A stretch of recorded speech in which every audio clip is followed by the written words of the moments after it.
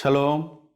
오늘도 하나님께서 우리에게 주신 생명으로 기쁨을 누리며 또 사랑을 나누게 되길 간절히 소망합니다. 저는 온누리교회를 섬기는 노치형 목사입니다. 완전하다라는 말은 어떤 때 주로 사용하시나요? 어렸을 때 완전정복이라는 전과가 있었습니다. 나폴레옹이 말에 앞발을 높이 들고 서서 있는 그러한 장면, 어떤 승리를 상징하는 그러한 모습이었습니다. 하지만 그 완전 정복을 사본다고 해서 제가 완전 정복하지는 못했던 기억이 있습니다. 완전하다는 말은 언제 쓰게 될까요? 시편 기자는 바로 다윗은 하나님만이 완전하시다 라고 고백합니다. 우리가 믿는 삼위일체 하나님만이 완전하신 분임을 기억하며 오늘의 말씀을 묵상하기를 소망합니다. 오늘 주신 하나님의 말씀은 시편 26편 1절에서 12절입니다. 하나님께서 우리에게 주시는 말씀을 함께 듣겠습니다. 시편 26편 1절에서 12절 말씀입니다. 내가 나의 완전함에 행하였사오며 흔들리지 아니하고 여호와를 의지하였사오니 여호와여 나를 판단하소서. 여호와여 나를 살피시고 시험하사 내 뜻과 내 양심을 단련하소서. 주의 인자하심이 내 목전에 있나이다. 내가 주의 진리 중에 행하여 허망한 사람과 같이 앉지 아니하였사오니 간사한 자와 동행하지도 아니하리이다. 내가 행악자의 집회를 미워하오니 악한 자와 같이 앉지 아니하리이다. 여호와여 내가 무죄함으로 손을 씻고 주의 제단에 두루 다니며 감사의 소리를 들려주고 주의 기이한 모든 일을 말하리이다. 여호와여 내가 주께서 계신 집과 주의 영광이 머무는 곳을 사랑하오니 내 영혼을 죄인과 함께 내 생명을 살인자와 함께 거두지 마소서. 그들의 손에 사악함이 있고 그들의 오른손에 뇌물이 가득하오나 나는 나의 완전함에 행하오리니 나를 속량하시고 내게 은혜를 베푸소서. 내 발이 평탄한 데에 섰사오니 무리 가운데에서 여호와를 송축하리이다. 오늘 묵상하는 다윗의 시 시편 26편에서 다윗은 자신의 완전함에 대한 이야기를 하며 시작을 합니다. 사실 다윗은 삼위일체 하나님만이 완전하신 분이라는 사실을 고백하고 있는 것이죠. 물론 다윗은 예수 그리스도를 만난 적이 없고 그리고 성령 하나님에 대한 이해가 명확히 없었을지 모릅니다. 하지만 다윗의 시편을 보면 바로 이 삼위일체 하나님을 온전히 의식하고 있었음을 알게 됩니다. 하지만 어떻게 해서 자신의 완전함을 얘기할 수 있을까요? 1절에 보면 내가 나의 완전함에 행하여 싸우며 이렇게 얘기하고 있습니다. 또 오늘 본문의 11절에 보면 나는 나의 완전함에 행하오리니 라고 얘기하고 있습니다. 하지만 나의 완전함에 근거가 있다고 다윗은 말하고 있고 그것이 오늘 우리가 묵상해야 할 아주 중요한 포인트가 됩니다. 바로 그것은 바로 그 뒤에 부분인데요. 1절을 다시 읽겠습니다. 내가 나의 완전함에 행하여 싸우며 흔들리지 아니하고 여호와를 의지하여 싸우니 여호와의 나를 판단하소서. 하나님이 기준이 되신다는 것입니다. 오직 하나님만을 의지하고 있다는 것입니다. 다시 말하면 우리의 완전함은 우리의 노력에서 오는 것이 아니라는 것입니다. 다른 사람이 우리를 완전하게 만들어줘서 되어지는 것이 아니라는 것이죠.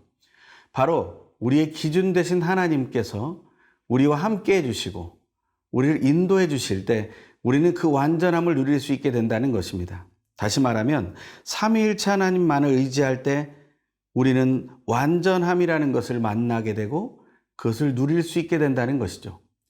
사실을 우리는 완전한 존재가 아니라는 것입니다.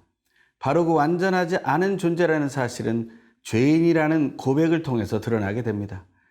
우리는 하나님께서 완전하게 만드신 존재였습니다. 하지만 불순종으로 우리는 죄인의 자리에 이르렀고 그것으로 인해서 우리는 죗값을 치러야 하는 죽음을 맞이하게 된 것이죠. 하지만 하나님께서는 우리에게 완전함으로 돌아올 수 있는 길을 열어주셨다는 것입니다. 다윗은 그 사실이 바로 예수 그리스도를 통해 이루어질 것이라는 것은 알지 못했지만 믿음으로 주라 고백하며 선포한 것을 우리는 보게 됩니다. 그분이 바로 자기를 살피시며 시험해 주시고 뜻과 양심을 단련하시면 하나님을 의지하는 삶을 유지할 수 있게 된다고 고백하고 있는 것입니다. 하지만 하나님을 의지하지 않는 삶의 모습이 나옵니다.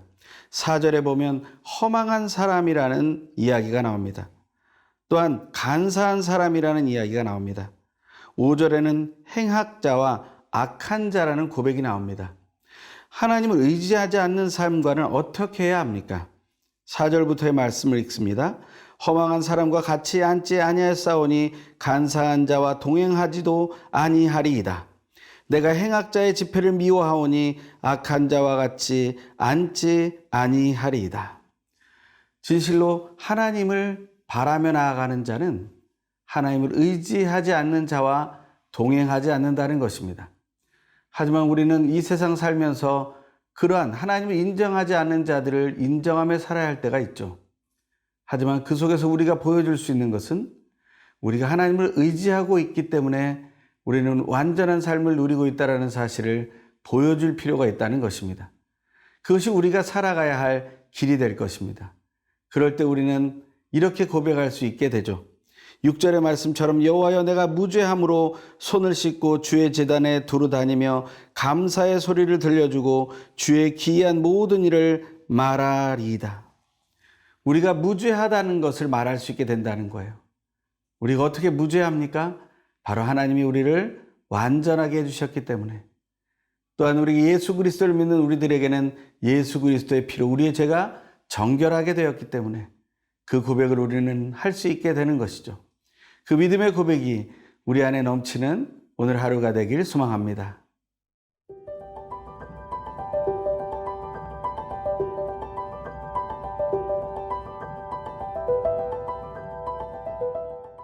우리가 삼위일체 하나님을 의지함으로 완전함을 누릴 수 있게 되었다면 우리는 어떻게 살아야 합니까?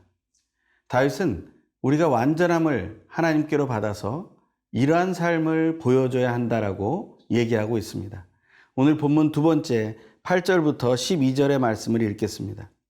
여호와여 내가 주께서 계신 집과 주의 영광이 머무는 곳을 사랑하오니 내 영혼을 죄인과 함께 내 생명을 살인자와 함께 거두지 마소서. 그들의 손에 사악함이 있고 그들의 오른손에 뇌물이 가득하오나 나는 나의 완전함에 행하오리니 나를 속량하시고 내게 은혜를 베푸소서. 내 발에 평탄한 데 섰사오니 무리 가운데에서 여호와를 송축하리이다. 아멘. 우리가 오늘 만나는 사람들과 상황 속에서 삼위일체 하나님을 찬양할 수 있는 방법은 하나님을 의지하는 자로서 하나님께서 주시는 그 완전함을 누리게 되었음을 우리가 이런 모습을 보여줄 수 있다는 것이죠. 그 첫 번째는 8절의 말씀입니다. 바로 하나님께서 계신 집과 하나님의 영광이 머무는 곳을 사랑해야 된다는 것이죠. 그것은 하나님이 계시는 집, 바로 성전을 사랑해야 된다고 말합니다. 하지만 그 성전이 어디입니까? 우리가 다니는 또 우리가 소속되어 있는 지역 교회를 의미합니까? 예, 그것도 맞습니다. 하지만 건물에 하나님은 매여 계시지 않죠. 사도 바울은 고린도 교회에 편지를 보내며 너희가 바로 하나님의 성전인 것을 모르느냐, 성령의 전인 것을 모르느냐라고 얘기합니다. 바로 우리 자신도 성전이죠. 그것을 우리가 기억한다면 하나님이 계시는 집과 하나님의 영광이 머무는 곳은 바로 우리 자신이 될 것이며 하나님이 창조하신 모든 인류가 될 것입니다. 하나님이 창조하셨다면 하나님의 찬양을 하기에 합당하게 만드신 것이니 우리는 서로를 존중하며 사랑할 수 있어야 된다는 것입니다. 그 사랑이 우리 안에 가득할 때 우리는 정말 하나님이 나를 완전하게 우리의 죄를 용서해 주셨음을 드러내며 살 수 있는 삶을 보여주게 된다는 것이죠. 두 번째는 바로 9절에서 11절의 말씀입니다. 우리의 영혼과 생명을 속량해 주시는 은혜를 베풀어 주시기를 기도하는 것이죠. 우리는 하나님이 우리의 죄를 계속해서 용서해 주시기를 간절히 간구해야 하고, 하나님이 나를 용서해 주시는 것이 바로 은혜라는 사실을 우리는 믿음으로 고백해야 된다는 것입니다. 그 은혜를 우리가 잊어버리고 그 은혜를 망각하고 당연한 것으로 여기고 감사하지 않게 된다면 우리는 하나님이 나를 완전하게 하셨음을 밖에 보여줄 수 없게 됩니다.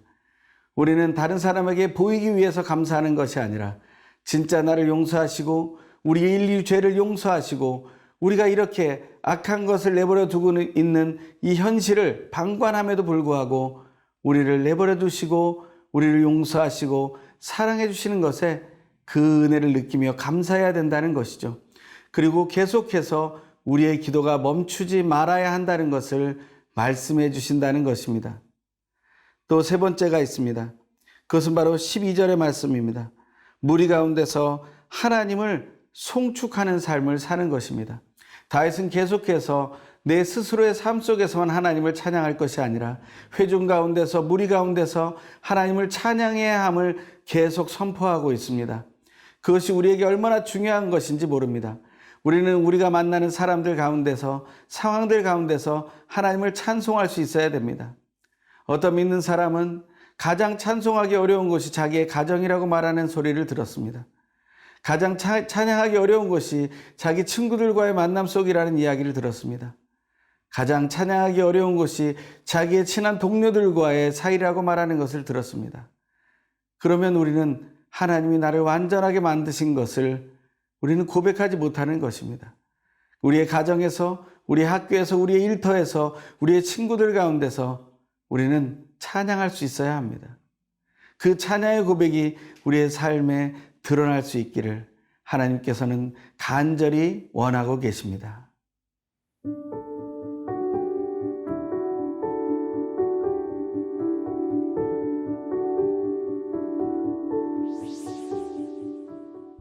날마다 우리를 살펴보시고 판단하심으로 완전하게 살아가도록 인도하시는 하나님, 우리의 소망을 들으시어 우리를 살피시고 시험하셔서 우리의 마음을 더욱 단련해 주시니 더욱 감사를 드릴 뿐입니다. 주변의 모든 상황과 환경이 악함과 부정이 난무한다 할지라도 나를 구속하시고 긍휼히 여기시는 하나님만을 의지하여 완전함으로 행하게 하여 주시옵소서. 우리의 온전한 삶과 하나님께 영광을 돌리는 삶을 통해 온 세상과 이웃들이 하나님을 찬양하게 하여 주시옵소서. 모든 것을 감사드리며 하루도 우리를 잊지 않으시고 살피시고 도우시는 예수님의 이름으로 기도드립니다. 아멘.